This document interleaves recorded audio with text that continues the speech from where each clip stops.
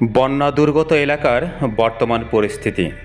ভারত থেকে বন্যার পানি প্রচণ্ড বেগে ঢুকছে বাংলাদেশের বিভিন্ন জেলাতে, বিশেষ করে নোয়াখালী, কুমিল্লা, ফেনী এলাকার বিভিন্ন গ্রাম শহর সব তলিয়ে গেছে।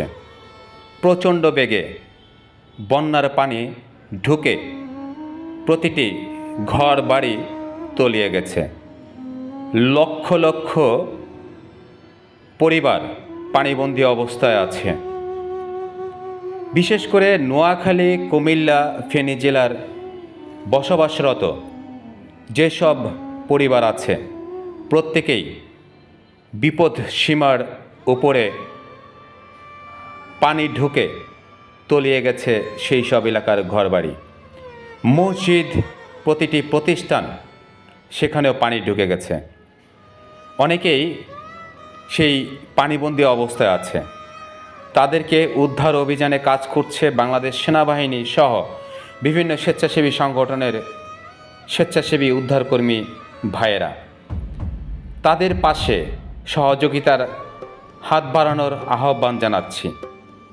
বাংলাদেশ সহ প্রবাসী ভাই বোনেরা যারা আছেন সবার কাছে বিশেষ অনুরোধ করছি, যে যেভাবে পারেন, যার যতটুকু সামর্থ্য আছে, সামর্থ্য অনুযায়ী বন্যা দুর্গত এলাকায় সহযোগিতার হাত বাড়িয়ে দিন। সেখানে অনেকেই পানিবন্দী অবস্থায় আটকা পড়ে আছে। সেখানে নাই বিদ্যুৎ, নাই কোনো নেটওয়ার্ক, কেউ কারো সঙ্গে যোগাযোগ করতে পারছে না। অনেকেই খাদ্য অনাহারে আছে, সেখানে খাবারের সুব্যবস্থা করা প্রয়োজন।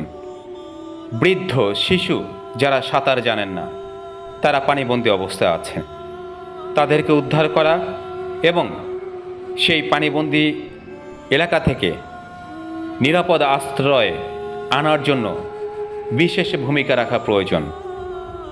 যে যেখানে আছেন, যার যতটুকু সামর্থ্য আছে সামর্থ্য অনুযায়ী সহযোগিতার হাত বাড়িয়ে দিন। যারা বন্যা দুর্গত এলাকায় উদ্ধার অভিযানে যাচ্ছেন তাদের প্রতি বিশেষ অনুরোধ, দয়া করে রেইনকোট, টর্চ লাইট এবং পানিতে ব্যবহারযোগ্য লাইফ জ্যাকেট সঙ্গে নিয়ে যাবেন।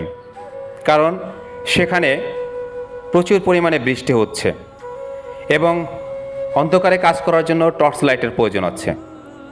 সেখানে কোনো নেটওয়ার্ক নেই, পাওয়া যায় না তেমন একটি, এবং কারেন্টের সুব্যবস্থা নাই, বিদ্যুৎ নাই। অতএব মোবাইল চার্জ দেওয়ার জন্য পাওয়ার ব্যাংক সাথে নিয়ে যাবেন। আল্লাহ সবাইকে হেফাজত করুন।